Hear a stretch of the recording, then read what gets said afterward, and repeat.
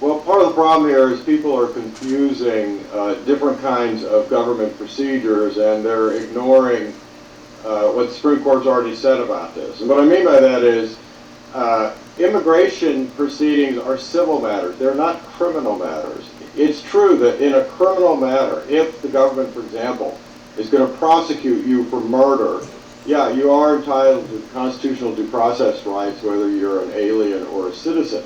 But when it comes to an immigration issue, if you are an alien who's in the country illegally and the government is moving against you, that's a civil matter. And what the Supreme Court has said in several cases on that issue is that if you are an alien trying to enter the country, you have no due process rights. The government can reject you for any reason or no reason.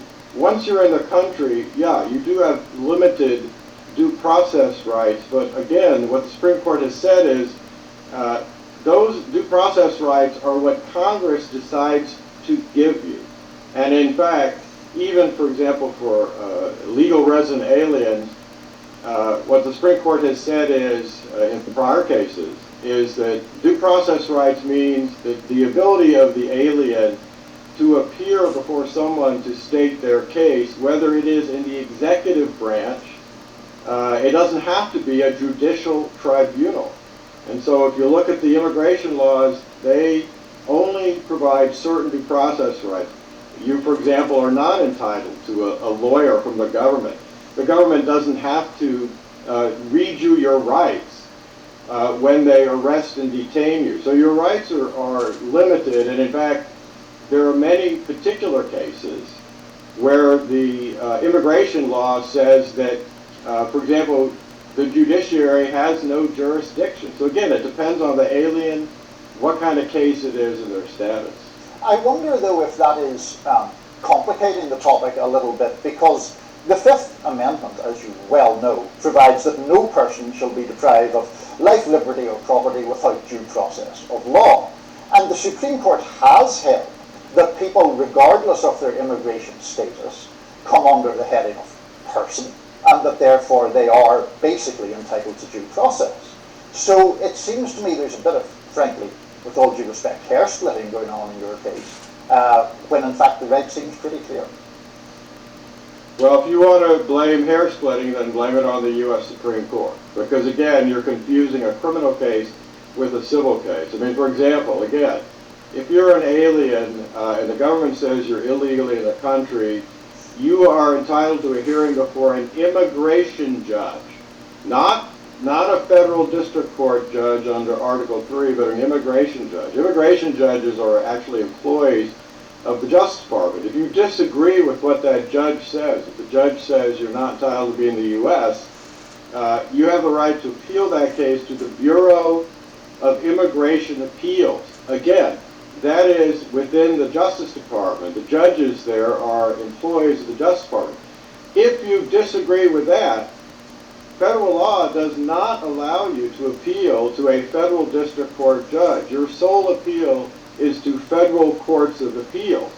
So, for example, federal district court judges right now who are hearing cases from aliens who have a deportation order lodged against them, because they already had their hearing before an immigration judge, those judges are actually violating federal law by even considering the case. And Hans, how about this, though? I think one of the arguments that people are making is, well, but look at what is being done now by the Trump administration with some of these illegal immigrants. They're being detained in facilities, and then they're being shipped off, in some cases, to a prison in El Salvador. So while I agree with you that it's a civil matter and they're not entitled to the same rights in terms of civil matter, the way the Trump administration is carrying this out, well, maybe they're saying it's a civil matter, but it resembles a criminal matter in the ultimate fate of some of these illegal immigrants themselves. Does that complicate the picture at all?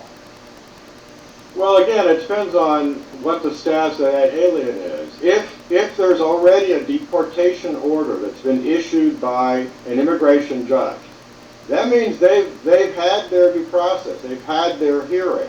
And if what the Department of Homeland Security is doing is simply enforcing that deportation order. In other words, issuing a detainer warrant, finding that alien, arresting them, detaining them, and then shipping them out of the country. They are fully within the provisions of immigration law. And keep in mind, there's about 3 million unenforced deportation orders sitting at the Department of Homeland Security because the Biden administration basically refused to enforce those orders.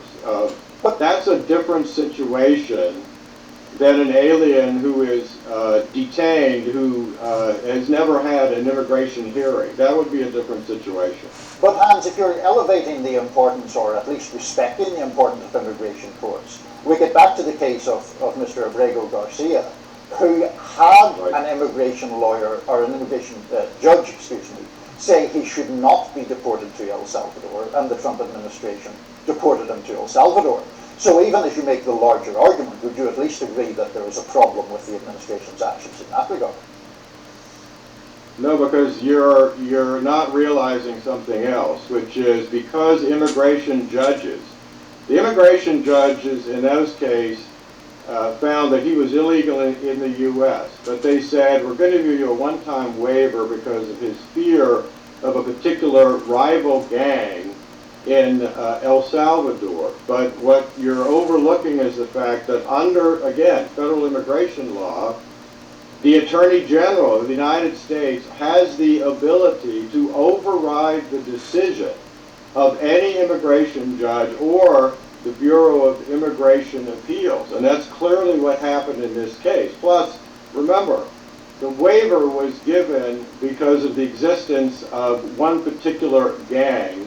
That gang no longer exists in El Salvador. That was one of the gangs that was completely broken up by the current president of El Salvador when he came into office and declared emergency powers. So the sole ground for which this guy was not deported after being found illegally in the U.S. has disappeared. Plus, again, under the law, the Attorney General has the ability to override that decision. I've not seen anyone mention that in the press, but that's part of federal immigration law. Going to have to leave it there, Hans. Thank you so much for joining us to discuss. We really appreciate it.